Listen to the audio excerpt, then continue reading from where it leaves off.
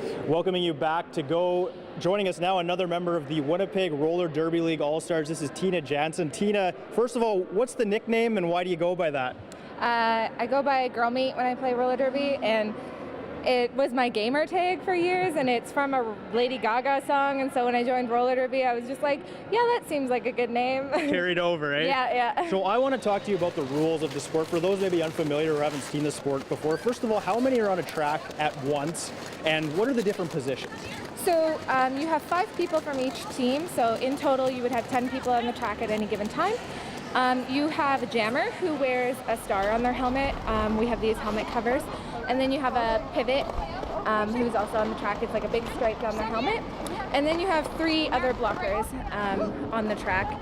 And so the jammer is there to score points, and the blockers are there to prevent and help assist with scoring points. The jammer seems like the big position there. Do they have to be the fastest one, or how is the jammer important? I mean, all roles of the team are very important.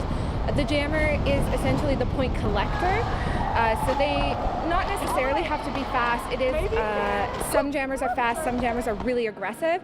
It depends on the team and the type of game that you're playing, but the blockers are there to be like aggressive and prevent the other jammer from getting through while assisting their own. So your jammer definitely needs to be fast, but also having some aggression and some real strength behind them is a huge factor. So how do you get points then in a roller derby game, and I guess when is a winner determined of a game? Right.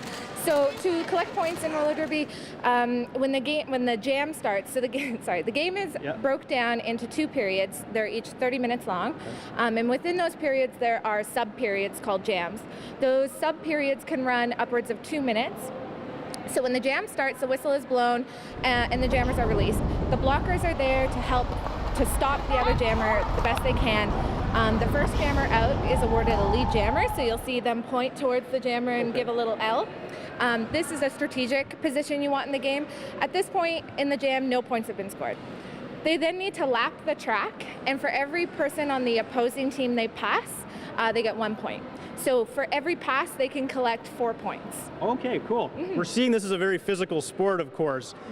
Can you go too far when it comes to physicality? Like, do you guys hand out penalties and stuff? Like, what determines what a penalty is or not? Right. So, contrary to like old roller derby, when there was like a lot of theatrics, a lot of punching, fake kicking, all that stuff, it's not like that anymore. It's a very athletic sport with a big, not a big rule base, but a solid rule base. So, when we're teaching new skaters about hitting, like aggression, I kind of always tell them to think of like a hospital gown. So any skin that you can see in a hospital gown is illegal.